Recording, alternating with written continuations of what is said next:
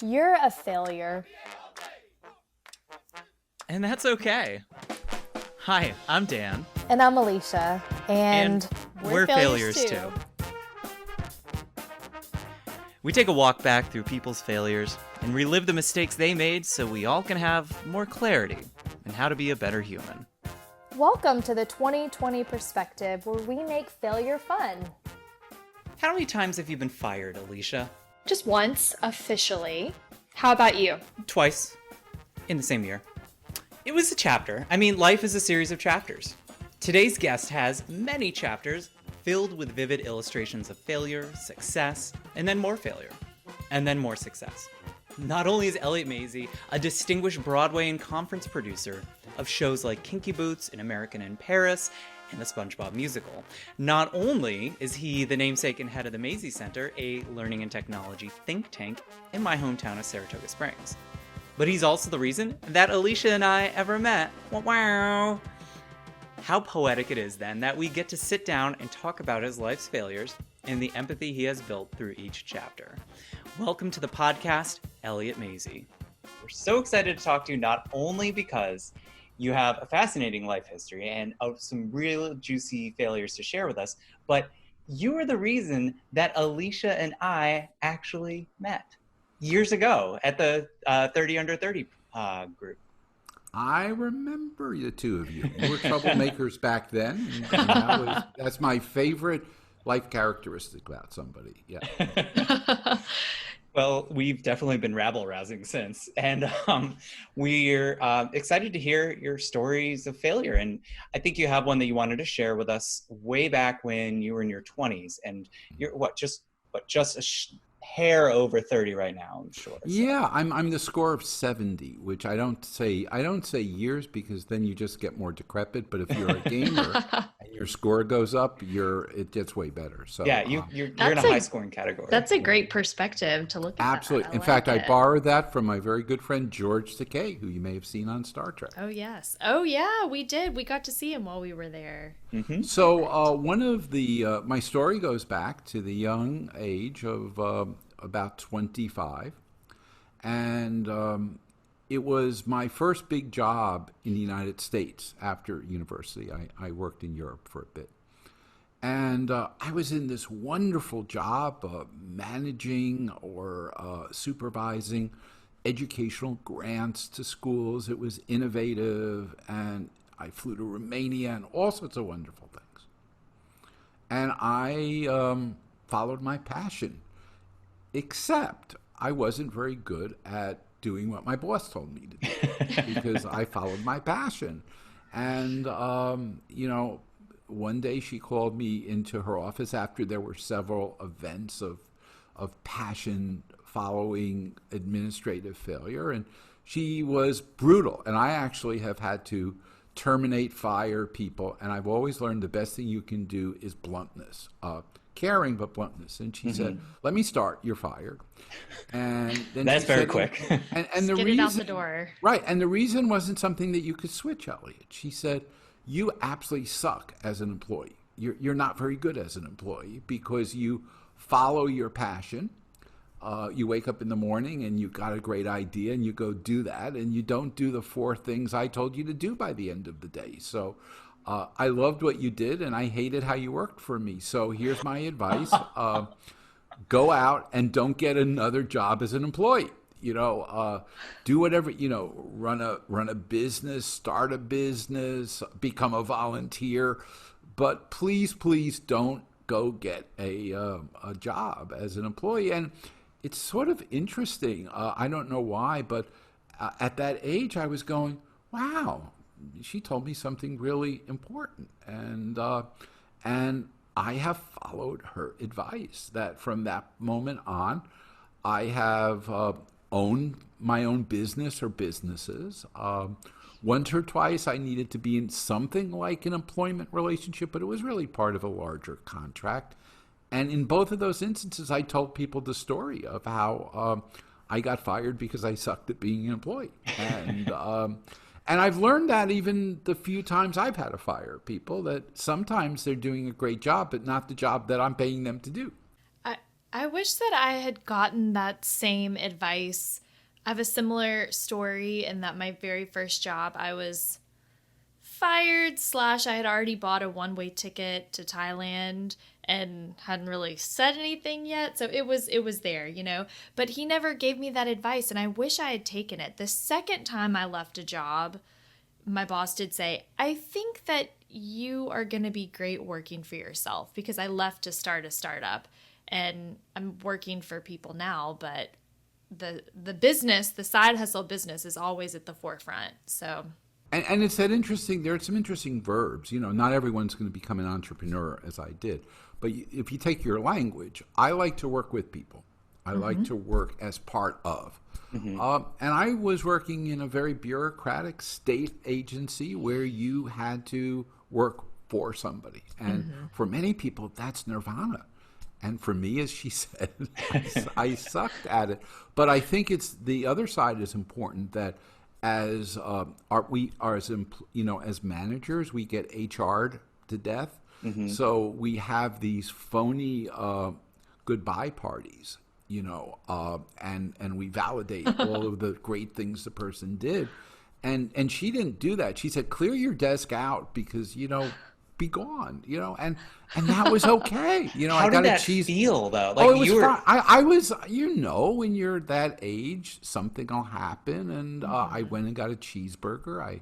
It was, but it was very interesting because I actually asked her permission if I could tell that story as I went and got some contracts and eventually realized I like to be a producer. You met at one of the events I produced, and all my life I've produced things, whether they're conferences or labs or workshops or books, but I've kept that in mind, that for some people, it's the wrong moment, the wrong job, and boom, so what a gift to fail. It sounds like in that moment, you received some interesting feedback. Can you talk a little bit about the context of what was going on? Because, depending on what the manager was like or, how they delivered it could change that empowering message into a destructive one. No, there was nothing wrong with her. I mean, I was the wrong Lego block in the wrong Lego area. And she didn't lie, you get so excited, you're willing to shape and bend yourself to fit in. That's what we do. We're organically agile. I'm sort of a hyperly self-empowered human being.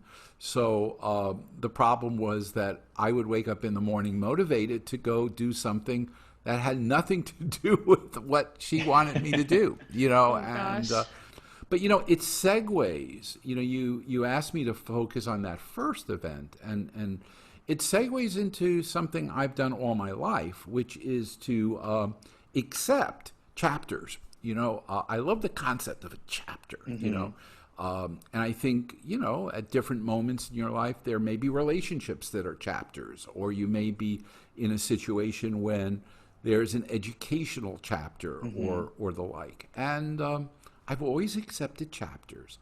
And if you accept a chapter, this is the most interesting one, and you are you're hyper passionate, as I am, you have to tell yourself as a warning, send a little memo or Slack note or to yourself to say, hey, guy, gal, we're going to fail along the way. Well, some of these chapters will fail. In fact, if they don't fail, they've morphed from being a chapter to a very long pathway.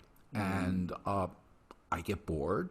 I get distracted, and then I become a lousy employee of Elliott. So I've come through that all my life, is viewing that there are chapters, and you need to be ethical, you need to be caring, you need to be brave, and you need to realize that when you're following what may be a failure for you that can be okay, people that care, love, or depend on you get freaked out. Because, what do you mean you're changing? Why don't you want to do that anymore? I like how you follow the energy, Because when you're following the energy and what energizes you, when you naturally trust yourself and say, it's time for me to let this go, and you re-energize to put it somewhere else, that's when you're going to make the magic happen. If you're doing something that's good and you're not feeling that energy from it anymore, it's not going to be that great. And So you said it enormously powerfully, is that I think we have no game plan, we have no Pert Gantt chart in life. It is a creative, improvisational process, and it involves other people, so you're not on your own the whole way. But if you commit to growth, you're going to accelerate. And think about that word, accelerate through. I mean, so literally right now in this pandemic, it's a lousy time in a lot of ways, and it is really interesting to watch how some changes are going to happen, accelerated by the pandemic, having nothing to do with the pandemic, but somebody suddenly says, I didn't like working there, or I don't want to do that, or I don't want to work 5 days a week, or I really sort of enjoy getting up at 5 a.m. and then working again at 11. I mean, those accelerations happen when there's chaos. So I actually think wouldn't have the level of change if we didn't have the chaos that the pandemic has created for us. I think that's powerful, because failure and change are just two different perspectives of the same event. And, there's a lot of change going on and there's a lot of failures, but, self-inflicting failures, such as moving to a new job or selling a company, how do you kind of square that how do you get ready for that change? Because it's scary and it's hard to shift your mindset and just say, it's going to be great, I'm going to fail. Yeah, well, I'm not sure, Dan, I say it's going to be great, I'm going to fail. I'm going to say it is inevitable that there are going to be some failures. So as you know, or to people listening, in addition to what I do in the learning world, I produce Broadway shows. If you produced a Broadway show which didn't have some major failures in preparing it to go to Broadway, and we actually have weeks of rehearsal and previews, if you had a show with no failures, I guarantee you that it's not going to be a great show. It wouldn't be a great show. the stakes aren't high enough. The stakes aren't high enough. Exactly. No. So part of where I think we have to hone on is, pleasure and pain, success and hardship. They are part of life, and people dial it up and down because there are things that they don't want to. So it could be, in my case, at one moment my dad died, in another moment my mom died, or you have a relationship change, or bluntly, think about it, good thing I sold my conference a year ago. You wouldn't want to be in, I always thought the conference business would be great. You wouldn't want to be doing the Not conference. right now, no. Okay? No. So it's a failure in that what you hoped isn't going to happen. I'm not sure I would define it as a failure. If I were really fluffy, I could say it's an opportunity.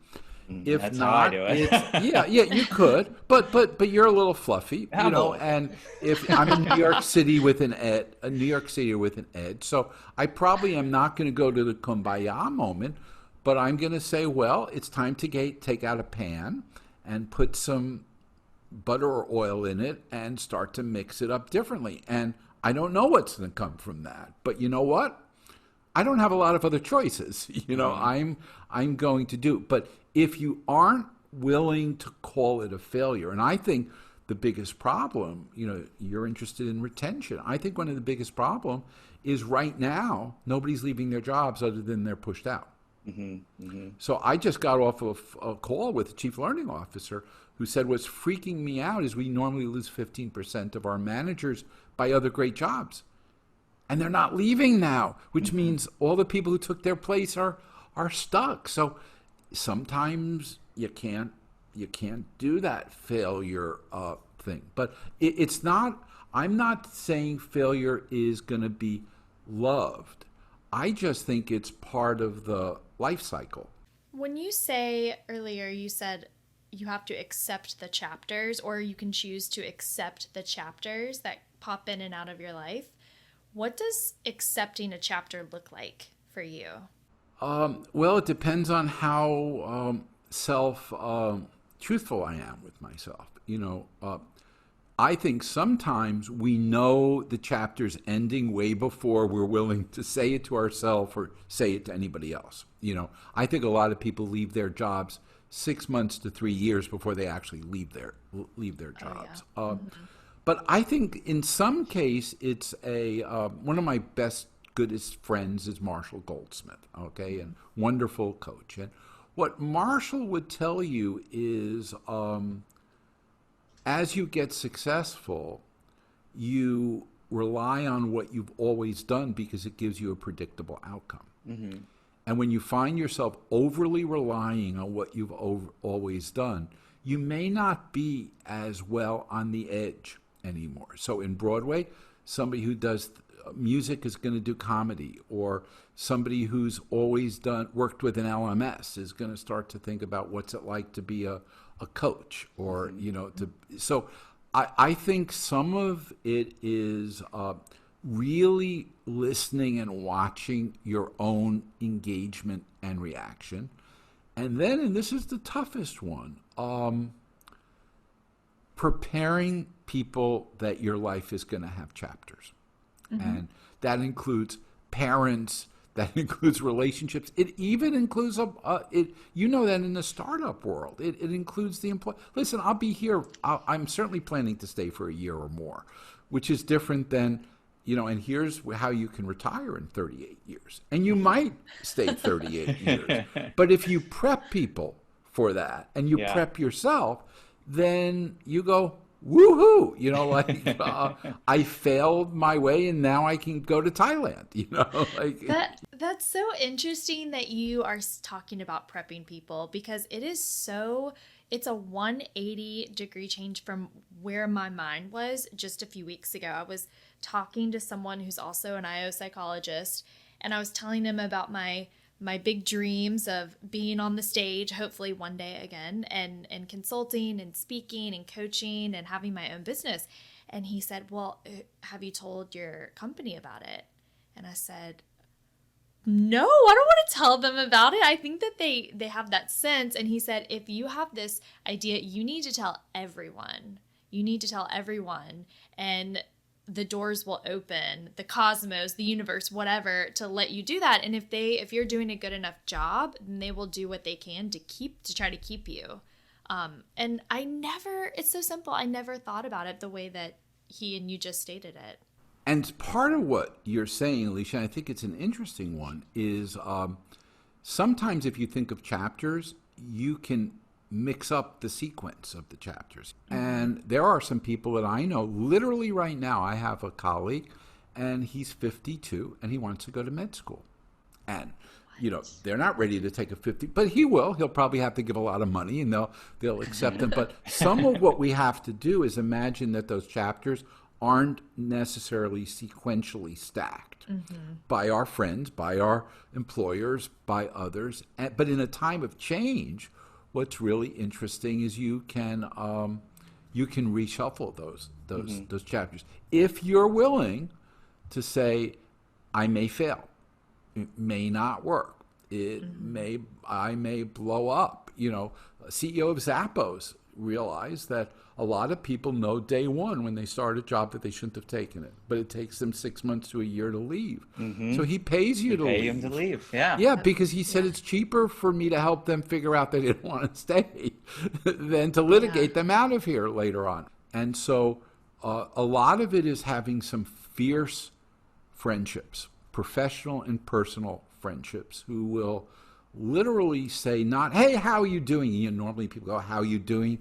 And you get like, blah, blah, blah. Yeah, it's whatever. It's surface level. But if you push harder and you go, what's keeping you up at night, Elliott? What's something you've been doing for a while that you're just bored with? Tell me, and I'll not tell anybody else. If you have people that are asking those kinds of questions, that's a gift. And I wish that we did more of that. I hate this phrase soft skills. I love to think of them as power skills. Power skills, nice. I think they're power Absolutely. skills. I think they make you power. If you can ask risky questions, if you can hear risky questions, if you can confront your fears, if you can even say, now it's an interesting one. I love the project you're doing. What if in the employee handbook, okay, next to Alicia and Dan, if you were working for a big company, you could right-click, and it would say, here are the things they're really good at. Here are the things they suck at, that they're not good at. And by the way, here's the 2 companies that they were really successful with, and maybe I'll master names, but they worked for a beverage company and it didn't work, or they were involved in a consulting company and it didn't work. If we could expose that as part of our identity, not as a flaw, you know that if you're dating or you're talking to somebody about relationships, you actually want to hear about the ones that didn't work out, not because they damaged them, but they shaped who they are. Let's take a quick break.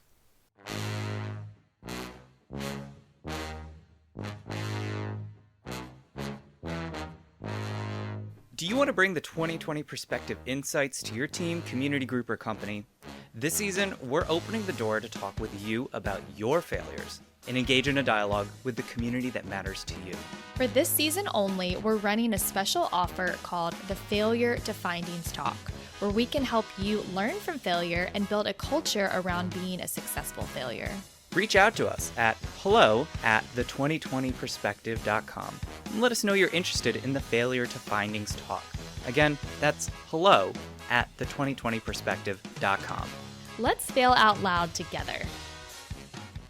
And now back to the failure. I'm thinking about, and I told Dan this recently, I think we can all agree that we all have lots of ideas.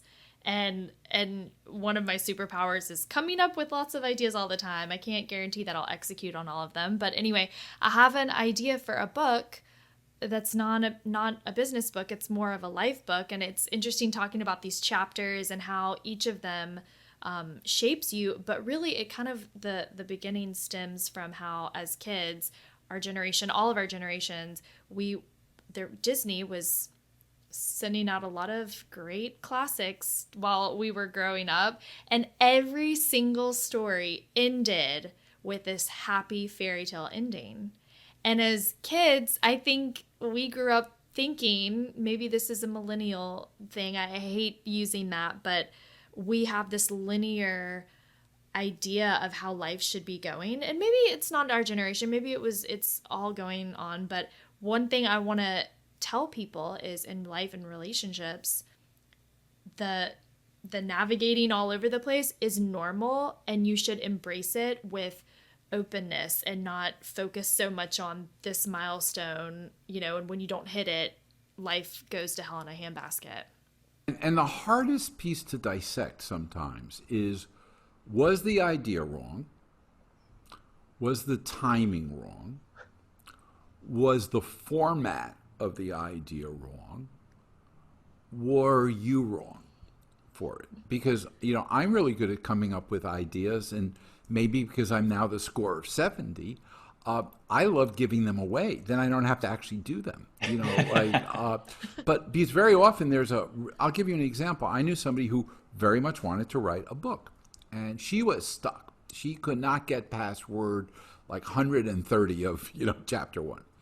And I said, you have all these ideas, but you don't know how to write a book. You've never written a book, and in fact, when you read them, you never read them from front to back. You jump around.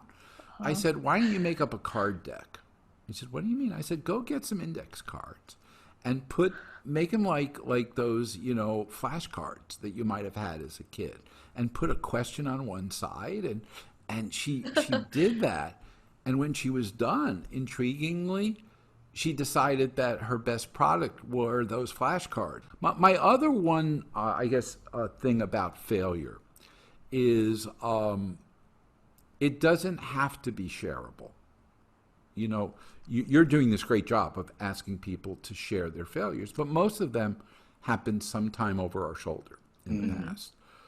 A lot of failures aren't having to be articulated. Like, they don't have to end up on Facebook or on Instagram or on Twitter. It's like, we don't have to reduce it down to this cute story, because failure is way more complex, and you never know. Did I fail because it was near when my dad died? Or did I fail because the economy took a turn? Or did I fail because I'm a lot smarter than what I was? Or maybe I'm a lot more stupid than I was. But you don't know. That's not real time. Failure might happen real time, but just as you're doing this great job of curating failures, the understanding and processing of failure is rarely real time. And it may happen days, weeks, or years later. And sometimes it may that you're sitting, well, someday we'll sit back on airplanes next to people. But, I've had great storytelling to somebody on an airplane who I know I'll never see again, that I could tell them some really deep failure stories, which I might not tell my dearest friends or colleagues. Yeah, and you hit right on kind of the core identity of why we're doing this podcast and why we call it the 2020 perspective, because it's only by looking back do you start to understand and reflect and see some things you didn't see when you're in the moment. And it took all of last season for us to really hew on the idea of red flags and how red flags appear and how you observe them or ignore them, or they come back to haunt you, and how they teach you things. And I have no idea what we're going to learn this season about failure, because it's something that we find out afterwards, once we've had the conversation, once we've processed not only the recording, but also the ideas and the stories. Or to challenge you, maybe we never understand it, but we are impacted by it.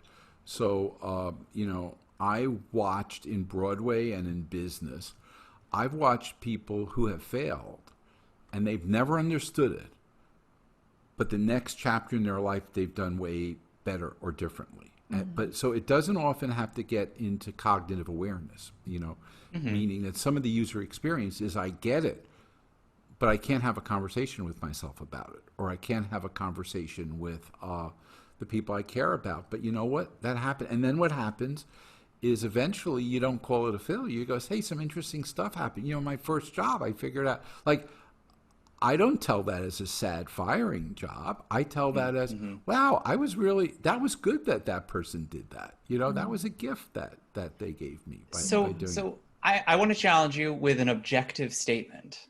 Sure. That reflecting and understanding your failures is always better than not processing it. Not to say that you can't be impacted in both scenarios, but the actual work of really recognizing a little bit about yourself is always better than just ignoring it. Well, you've articulated beautifully a Western white model of Freud-based. My friend, who is an amazing artist in Osaka, would tell you that when she encounters a failure, she lives with it and dances to it, and she'll never understand it, but it's part of her creative DNA. So I'm with you. I want to cognitively, mentally conversationalize it, but I'm not so sure that's the only model. If we embrace diversity, it will happen in a lot of ways. I think right now, I don't think anybody can explain the chaos in the world now. Anybody can, but we're all experiencing it, and for some people it's driving them to the refrigerator, and for some people it's driving them in or out of families or relationships. But so I'm with you, Dan. I will go to my DNA to have a processing coaching conversation with myself. But having worked around the world, I will tell you that if the Elliott that would be living in Rwanda, or the Elliott that would be living in South America or in Asia, or my Buddhist friend, I mentioned Marshall, who's a Buddhist, or for that matter, my deeply Catholic friend, they might actually take a totally different route, but they will be impacted by it. So whether we put ourselves on the shrink couch, that's our choice, and I respect that. I mean, just even if we think about the Black Lives Matter, I have two friends who are chief learning officers of color, and both of them will tell you they don't want to have another conversation about being black. They said they've had all the conversations they can right now. They don't want to have the verbal conversation. They said, now, if you want to talk about changing things, they'll change something. But both of them are talked out. And so I think it's going to be interesting. And I think, once again, I think your generation is going to have to define, is it a TikTok level conversation? Is it a posted conversation? Is it or do you go to a sweat lodge in Taos and do that? Or I don't know. Or do you go online to, Failures Are Us and, for 99 cents a minute, they could talk really to either of you. That. Yeah, that would be great, and they could get points. If it's a really good failure, you can give them extra points, So I know that you're doing something kind of to help people through a lot of the chaos in this world. And it's something with the Broadway concerts, with empathy concerts. Yeah. Well, it's interesting when the pandemic happened and I made a decision to turn off the revenue faucet or receptor of our organization, keep our staff in jobs, working from home, but change what we did from generating revenue when you come to conferences or labs or into what can we do to make a difference. And probably around March 10th, it hit me that the word that was going to be the operative word was empathy. And for lots of reasons. I think in crisis, empathy is important. I'll be micro-political. I think sometimes we have leaders who don't have that empathy muscle, but we decided empathy was important, but it wasn't something to lecture about. So Telly Leong, who's a really dear friend, a brother from another mother, and was Aladdin on Broadway and Glee and Rent, he and I put together that every Friday we would do a free 1-hour concert. And we'd invite 5 or 6 Broadway stars and some chief learning officers. We've had people from Amazon. We've had people from Intel and other places around the country. But we've had Tony Award-winning stars of every flavor. And we started with the pandemic.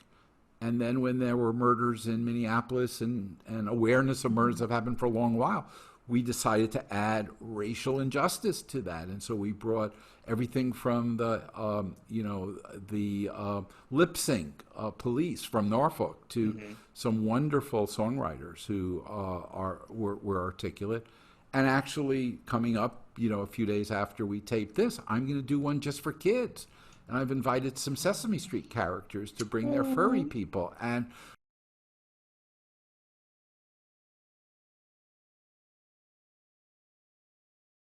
of what I have no idea what we need from an economic point of view, a political point of view, or a medical point of view. Way, way out of my zone of expertise. But empathy was something I get, and that's actually something that has now, and I've been so honored, it's become part of a lot of organizations have been watching and listening, and the most wonderful thing is every Broadway star that we have is unemployed. So we've been able to give them a small gift and make donations to Black Lives Matter or Actors Fund. So it's what I'm doing now. So ask me what I'm going to do after it. I don't know, because I'm in a chapter. Yeah. I'm in the chapter, and I have no idea. I have no idea how long that chapter is, and I know it will probably be longer than we think, and it's going to be layered on. And I think even to wrap on this, we need to integrate what happened from the multiple viruses going on now. We have the virus of the pandemic, the virus of the economic disruption, and now the virus of racial injustice. And I think there'll be some other global viruses. And wow, those are going to be colliding to it's a lot of change. A lot of change, a lot of failure, a lot of success, and I'm not sure we'll understand them real time, but we can make our way through it in the process. Unpack it as we reflect or dance with it or whatever it is. Yes, in the future. or go to our sweat lodge in Taos. The sweat lodge. Yes, Yeah, 6 feet distant. Or I know what I've been doing. I've reached out every week to 5 people on my phone who I haven't talked to in a year. Love that. And I actually have called them up and, Elliott, and there's no objective other than this is a moment, and I'm not being giving. It's really high value to connect with some folks, and one of them reamed me out for something bad I had done, and I never realized it. So it was okay. They got it off their chest, and I guess I really was a schmuck at that moment. But it was. But that's part of living life with a gusto. You're gonna get a few of those. I had somebody who invited me to go to another country, and they said, and he kept calling me Masie. He said, "We love your thinking." Well, there's another Masie in management, and he thought that I was that person, and he flew me across the world. Now, we had a wonderful 2 days together. Oh, my gosh. And When did you break the news? Right at the beginning, I said, you got the wrong Masie, but it was, but once again, if you view it as a chapter, this is a good story, and it was a real good story for them as well, and we've stayed friends for years since then. I love what you're doing, and I would replicate that for people. I think as we now are in this Zoomified, FaceTimeified video world, particularly since, as we're even doing for some of the audio, you can capture it. We can have a lot of parties. But what about finding somebody, maybe somebody you went to school with a long time ago, or was your teacher, and go have a conversation and steal or borrow your question from them? It's a great question. I get invited to lots of these things. And the moment I knew what you were going to talk about, I want to be there. Because I think it's a great question to ask people. Tell me about a failure. And then do what you did. Just listen and absorb it and flow with it. And I actually think now is the time for us to connect with people, not just on their current process, but verbally and in other ways. What have been those moments of failure? And eventually, I think if it's a good failure, you wear it. Mm-hmm. In Broadway, it's funny because some people say, I don't want to mention that in the playbill. Well, they're legally we have to say where they perform, but they go, it was a horrible show, and I go, yeah, but you were really good at it. Or, yeah, wasn't it horrible? It was really bad. And then they're what you learn from it? Yeah, I have a I have a friend who got injured and made a lot of money in a famous show. I won't mention it. That there was a gigantic injury, but it's in the playbill for her, and it's part of her story. Thank you so much for being here and sharing with us, and just thank you for being you and all that you've done. Well, thank you, and you keep doing this. Is a wonderful. I can't wait to listen to some of the other podcasts and stuff. So everybody, be well, be healthy, and please fail a bunch.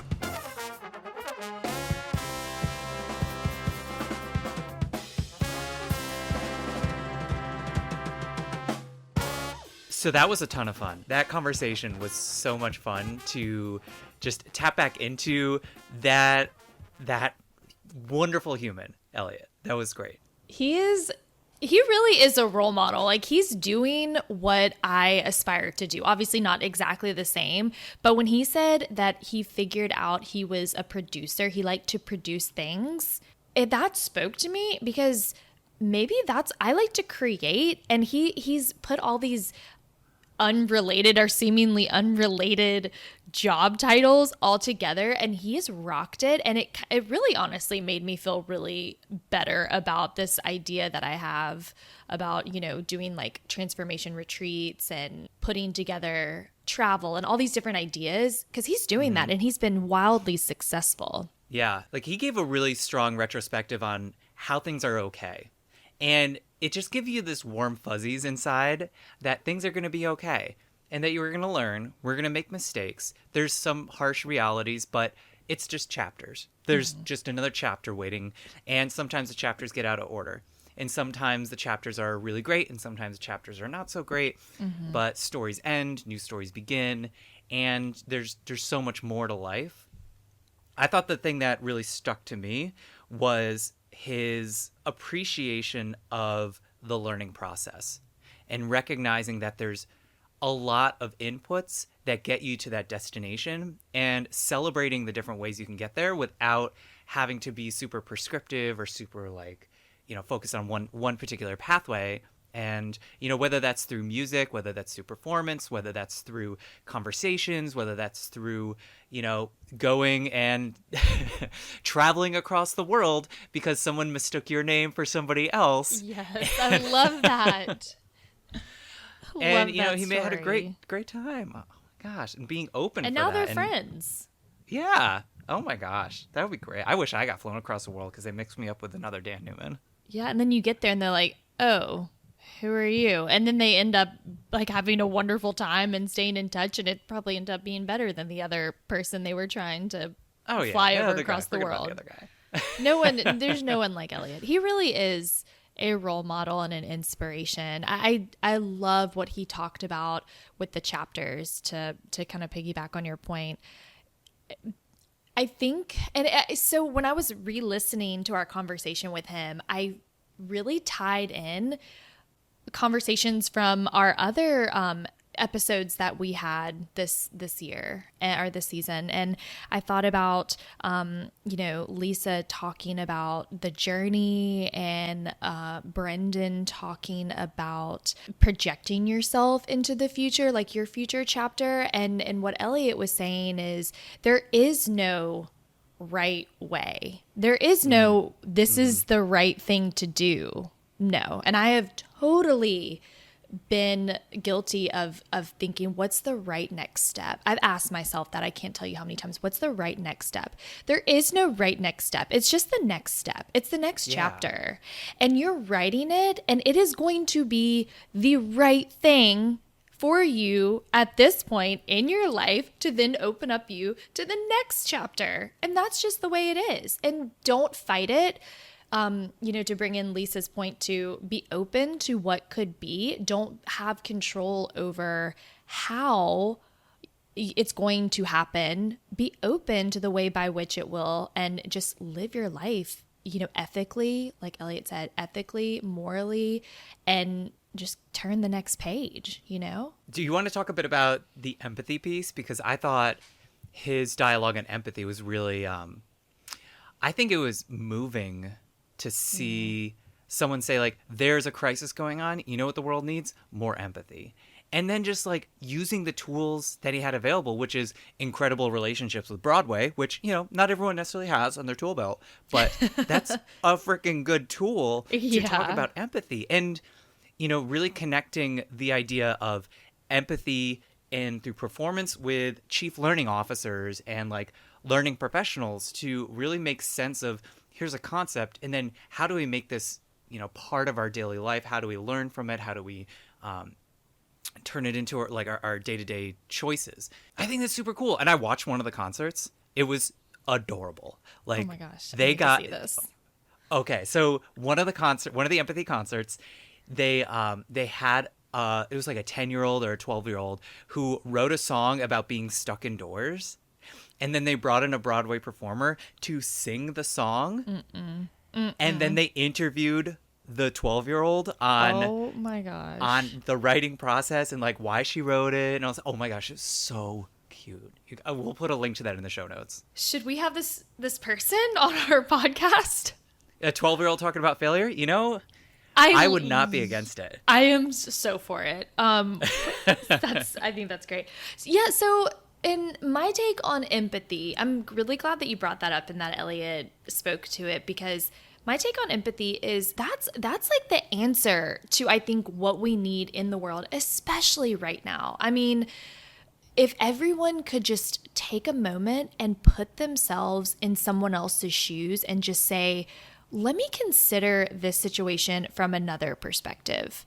And even though I may not totally understand or relate, I can at least empathize with this person that they're going through something that I don't understand. And I'm going to respect and acknowledge their perspective, their feelings, whatever, and adjust my behavior or my reaction based on that. If everyone could do that just a smidge more, then chances are we probably wouldn't be blowing up other countries. We probably wouldn't be like throwing bombs in people's storefronts.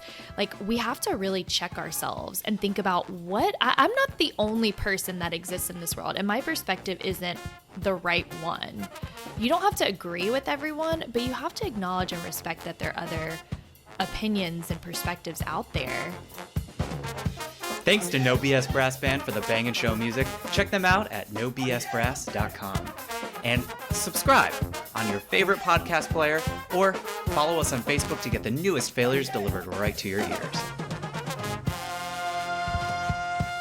And may your failures be spectacular.